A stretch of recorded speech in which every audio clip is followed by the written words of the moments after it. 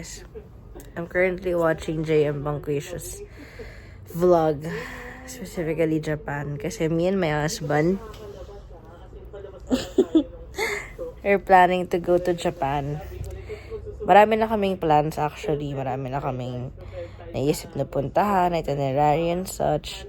Kasi we've been watching vlogs from different vloggers. Pero we love JM Banquish, so shout out to you. Kaya we're so inspired to really mag-plan sa Japan. Ang kulang na lang is pera. Budget na lang yung kulang. Budget na lang yung kulang para maisakatuparan yung aming Japan trip. Actually, I've been searching like some flights here sa Cebu Pacific kasi lagi naman kaming Cebu Pac for very affordable tickets. Tapos yan, namimili kami ng mga dates na mura. I don't know if you guys do this as well, pero ganito kami bumili ng ticket. So, we're eyeing, nasa March 2025 na ako. Pero we're eyeing, gusto kasi namin malamig na pagpunta namin sa Japan. And most of the tickets there were like teka lang. 4.9, sorry, dumi ng screen. But it's 4.9 na siya. Like the base fare. Pero, pag tinignan mo yung July, super mura. Well, we all know bakit.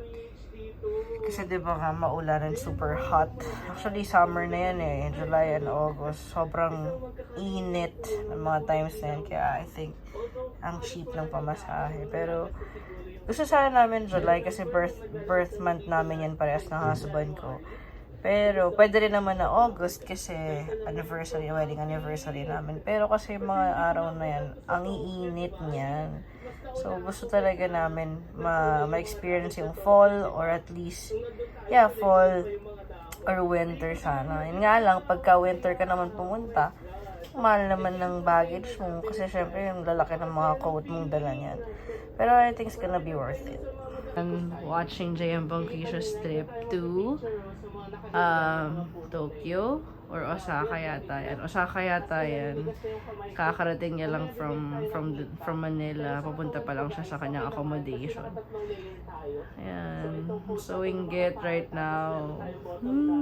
Actually, kanina sa sobrang ambisyosa ko, nag-message pa ako doon sa Attic Tours, yung agency na accredited for Japan visa application. Nag-inquire pa ako, ganyan, nagdalik ako. As if naman na makakapag-apply agad ako. Pero, actually, the visa itself is not bad. It's 1,680 per head. Hindi siya mahal. And if you want the multiple entry, you just have to add 500. Pero, syempre, first pa lang namin yun if ever. Hindi naman na kami maghahangad muna ng multiple. Kasi parang siguro hindi siya parang possible. Ganun. I don't know. Not sure. So, yun. So, kahit hindi kami multiple entry. And, ayun, parang saya lang mangarap. Actually, all the requirements, we already have it. Pero yun nga, ang sabi kasi, kapag mag-apply ka ng Japan tourist visa, dapat 3 months before at least 3 months before yung iyong flight. Kasi kapag mas longer than, kailangan mo nang mag-apply ng panibagong tawag dito. Kailangan mo nang mag-apply ng panibagong visa. So, ayun. So, kung ang plano namin is October, November, December, mga ganyang dates. So, mag-apply kayo mga July, at least, or August, ganun. So, it's too early for us to apply for the visa, diba? So, ayun, wala. I just want to, tag dito, i-document this day na we're so inspired by JM. Wait, I'll take another shot. Diyan siya sa may Osaka, the famous. And so, I just want to document this moment na parang manifesting na darating din yung time na kami ng husband ko makapunta din kami ng Japan.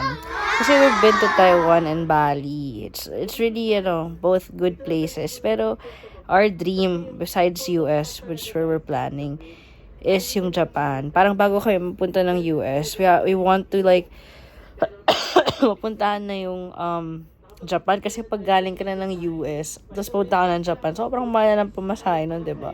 So, why not, habang dito ka pa sa Pilipinas, makapunta ka na ng Japan. So, ayun. So, this is me. Today is, what day is it, love? Love, what day is it? Ha? 29? 29 ngayon, diba? So, it's April 29, 2024. Currently, what time? Ano ba to? Ba't di ko makita yung time? Wait lang. So, the time is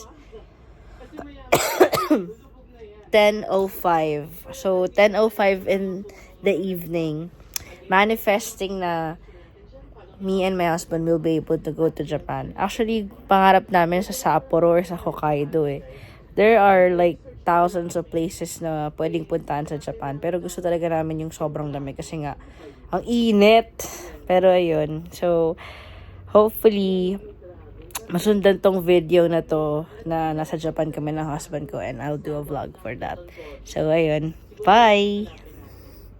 Shout out JM. We love you. We love your solo vlogs.